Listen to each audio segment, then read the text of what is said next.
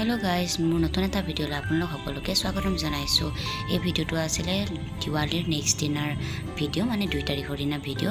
সেইদিনা আমি সকলোৱে মিলি গৈছিলো হাজো মন্দিৰলে আৰু ভিডিওটো এডিটিং কৰোতে সময় লাগিলে হেতু কাৰণে আপলোড দিবই পৰা নাছিলো। তো আমি সেইদিনা হাজো মন্দিৰলে বুলি ওলাইছিলো আৰু ইয়া জালুকবাৰী আমি পাৰ হৈ গলো। আমি ৰাতিপুৱা 11টা মান বজাত গৈছিলো, কিন্তু যেহেতু এটা ঠাণ্ডা পৰিছে সেইকাৰণে দেখিছে না ৰাস্তাটো গুটি ফগি টাইপৰ হৈ আছে। তো ভিডিওটো বলকচোন চাও হেকলৈকে। ভিডিওটো হেকলৈকে চালে বহুত কেইটামান নজনা কথা জানিব পাৰিব আপোনালোকে। তো সেইকাৰণে ভিডিওটো হেকলৈকে চাই থাকক। মানে হাজো মন্দিৰ আহিলে কি লৈ আহিব লাগে, কি কৰিব লাগে, সেইখিনি এই ভিডিওটো চালে আপোনালোকে সম্পূৰ্ণ জানিব পাৰিব।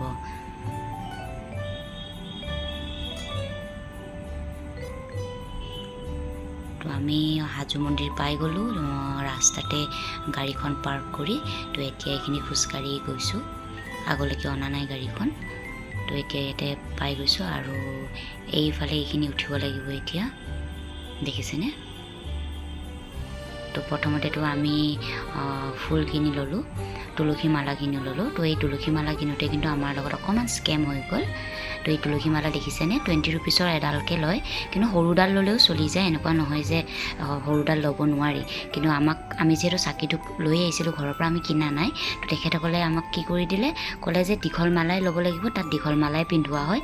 তো দেখিছেনে তেওঁলোকে জইন কৰি কিনে আমাক এডালত 100 रुपीसকে ল'লে। তো এজনে 5ডালকে ল'ব লাগিব বুলি ক'লে। তো আমি দুটা ফেমিলি গৈছোঁ যিহেতু আমাক 5ডালকে 1000 रुपीस লৈছে।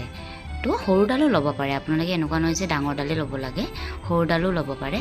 তো তাৰপিছতে আমি ইয়াতে যোনটো পুখুৰী আছিলে তাতে আমি ভৰি হাতটো ধুই ল'লোঁ।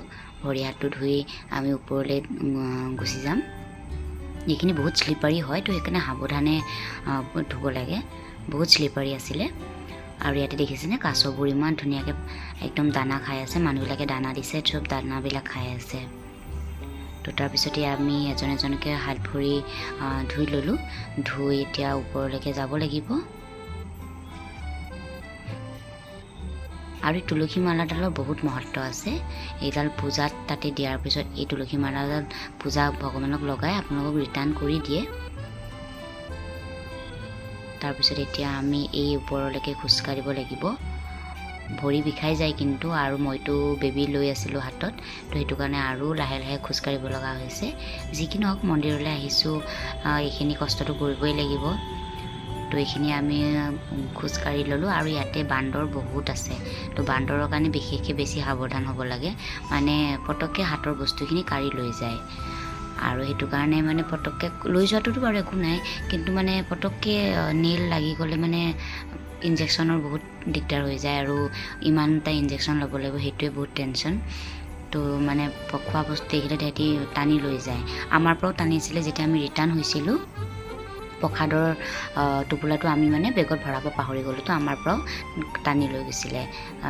তো অলপ টানাৰ লগে লগে আধা পৰি গ'ল, তথাপি আধা বাচিছে প্ৰসাদ, তো আধা প্ৰসাদ পৰি গৈছিলে। তাৰপিছতে আমি এইখিনি এনেকৈ উঠি গ'লোঁ। উঠি গৈ আমি পাই গ'লোঁ, বহুত ভাগৰ লাগিছিলে বেবীক লৈ যিহেতু আহিছিলোঁ। তাৰপিছতে আমি এনেকৈ ভিতৰলৈ প্ৰৱেশ কৰিলোঁ। ভিতৰত সোমাই প্ৰথমতে আমি চাকিখিনি জ্বলাবৰ কাৰণে গৈ আছোঁ।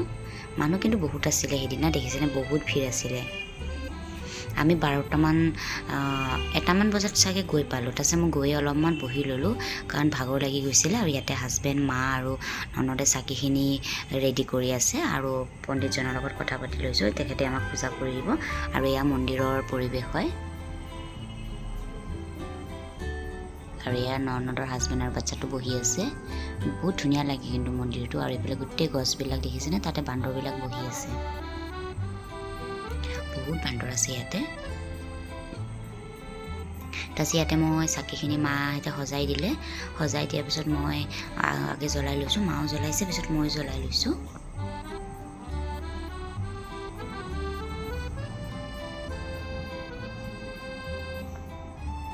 আৰু ইয়াতে আপোনালোকে যেতিয়া আহিব, কাতি মাহত যদি আহে, তেতিয়াহ'লে মিঠাতেল লৈ আহিব দান দিবৰ কাৰণে। তো বহুত ভাল বুলি কয়, তুলসীৰ মালা আৰু মিঠাতেল দিলে তো সেইটো কাৰণে আমি বাৰু মিঠাতেল সেনেকৈ এক্সট্ৰাকৈ লৈ অহা নাছিলোঁ, চাকিৰ কাৰণে আনিছিলোঁ।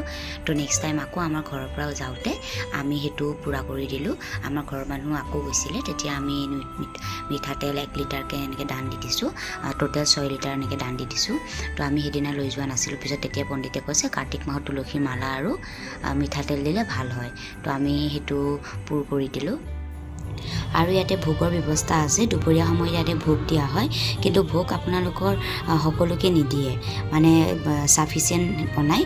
আৰু তো ভোগ যদি আপোনালোকে খাব বিচাৰে তেতিয়াহ'লে তাতে পণ্ডিতৰ লগত কথা পাতি ল'ব লাগে, বা আগতীয়াকৈ যদি কোনোবা পণ্ডিতৰ নম্বৰ জানে আগতীয়াকৈ আপোনালোকে কল কৰি জনাই দিলে তেখেতসকলে সেই হিচাপত বনাই ৰাখে। বা আপোনালোকে যদি লৈ আহে ঘৰৰ পৰা ৰঙালাও, আলু, কাচকল আৰু মগু দালি এইকেইটা লৈ আহি আপোনালোকে যেইজন মানুহ আহে সেইজনৰ হিচাপত যদি লৈ আহি তাতে জমা দিয়ে, তো আপোনালোকক সিমানখিনি মানে খানা আপোনালোকে তাতে খাব পাৰিব। কাৰণ ইয়াতে একদম হিচাপৰ মানুহৰ খানা বনায় যাতে ৱেষ্ট নহয়। কিন্তু হিচাপত ঠিকেই আছে, কাৰণ খানা ৱেষ্ট হ'লে পেলাই দিয়াতকৈ যিমান মানুহ আহিব সেইজনৰ হিচাপত খানা বনালে ৱেষ্টো নহয়। তাৰপিছতে ইয়াতে আমাৰ তুলসীৰ মালা দুটা ফেমিলিৰ কাৰণে আমি 5ডাল লৈছিলোঁ তুলসী মালা। এতিয়া ইয়াতে পণ্ডিতজনে আমাক চাকিখিনি জ্বলাই হোৱাৰ পিছত আমাক মন্ত্ৰ দি পূজা কৰাই দি আছে। আমাৰ নিজৰ নাম গোত্ৰ এইখিনি এনেকৈ কৈ তেখেতে পূজা কৰাই দি আছে, আৰু পণ্ডিতজনে বহুত ভালকৈ আমাক পূজা কৰি দিছে, সেইটো কাৰণে ভাল লাগিছে। তাৰপিছতে ইয়াতে চাকি এগছ লৈ আৰতি কৰি তেতিয়া মন্ত্ৰ ক'ব দিছে। মই চাকি লোৱা নাই, মই হাজবেণ্ডকে টাচ কৰি আছোঁ, যিহেতু মই বেবীক লৈ আছোঁ। বাকী গোটেইবিলাকে এখন চাকি লৈ মই খালি হাজবেণ্ডক টাচ কৰিছোঁ। টাচ কৰিলেও চলি যায়, আমাৰ ঘৰত এনেকৈ আমি কৰোঁ। তাৰপিছতে ইয়াতে আৰতি কৰি আছে, আৰু পণ্ডিতে মন্ত্ৰ যি ক'বলগীয়া আছে তেখেতৰ মন্ত্ৰখিনি গাই আছে। আৰু তাৰপিছতে ইয়াতে চাকিখনৰ পৰা প্ৰণাম কৰি আৰতি লৈ লৈছে। তাৰপিছতে ইয়াতে আমি তুলসী মালাখিনিত টাচ কৰি তাতেও তেখেতসকলে মানে মন্ত্ৰ কৈ আছিলে, আৰু ইয়াতে আমি টাচ কৰি আছিলোঁ। তাৰপিছত এই মালাখিনি মেইন মন্দিৰত লৈ তাতে ৰাখি দিব, আৰু তাৰ পৰা আমাক এডালমান মালা ঘৰত লৈ যাবৰ কাৰণে দি দিয়ে। কিন্তু তাতে আমাক ল'ৰাকেইটাই কৈছিলে যে গোটেইকেইজন 5জন ভগৱান আছে, 5জন ভগৱানকে মালাকেইডাল পিন্ধোৱা হয়। তো সেইটো বাৰু নাজানো, কিন্তু আমাৰ সন্মুখততো পিন্ধোৱা নাই। মালাখিনি লৈ এডাল মালা আমাক দি দিছে। যি কি নহওক সেইটো বাৰু তেখেতসকলৰ বিজনেছ, যিহেতু তেখেতসকলে যেনেকৈ কৰিব বিচাৰে কৰিব পাৰে। তাৰপিছতে ইয়াতে আমি প্ৰসাদ যিখিনি লৈ আহিছিলোঁ, আমি নাৰিকল এনেকৈ এইখিনি ইয়াতে জমা দিব লাগে। তো ইয়াতে আমি জমা দি দিলোঁ, আৰু ইয়াতে জমা দি আমি আৰু বেলেগ মন্দিৰত গৈ, ইয়াতে লক্ষী মন্দিৰ আছে, তো লক্ষী মন্দিৰত গৈ প্ৰণাম কৰিবৰ কাৰণে লাইন পাতিছোঁ। ইয়াতো ভিৰ আছিলে, আৰু ইয়াতো পণ্ডিতজনক আমি যি আনিছিলোঁ প্লেটত সেইখিনি দি দিছোঁ। দি ইয়াতে পণ্ডিতে আমাক আশীৰ্বাদ দিলে। ইয়াতে আশীৰ্বাদ দিয়াৰ পিছত তেখেতে আমাক ফুল এনেকৈ দিলে। দিয়াৰ পিছত আমাৰ ইয়াতেও পূজা কৰা হৈ গ'ল। আৰু আমি যেতিয়া গৈছিলোঁ পূজা কৰোঁতে দেৰি হৈ গৈছিলে, মানে 2টামান বাজুৱে হৈছিলে, আৰু 2-2:30মান বজাত তাতে খানা দিয়া হয়।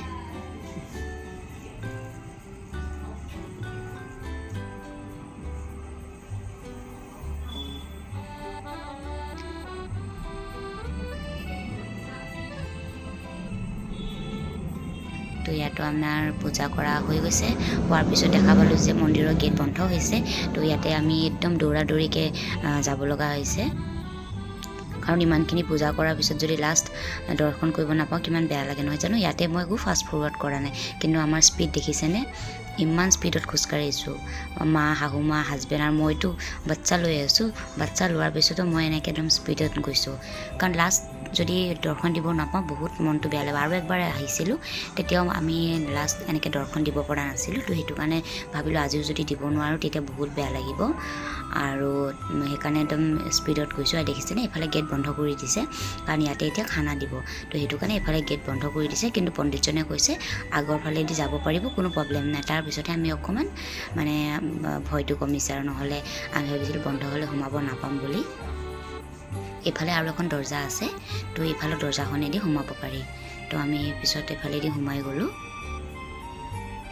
এই দৰ্জাখন যে আছে এইফালেদি সোমাব দিছে, তো এইফালেদি সোমাব নহ'লে এনেই সেইখন ডাঙৰ গেটখনেদি সোমাব পাৰি। তাৰপিছতে আমি এইফালেদি সোমাই গ'লোঁ।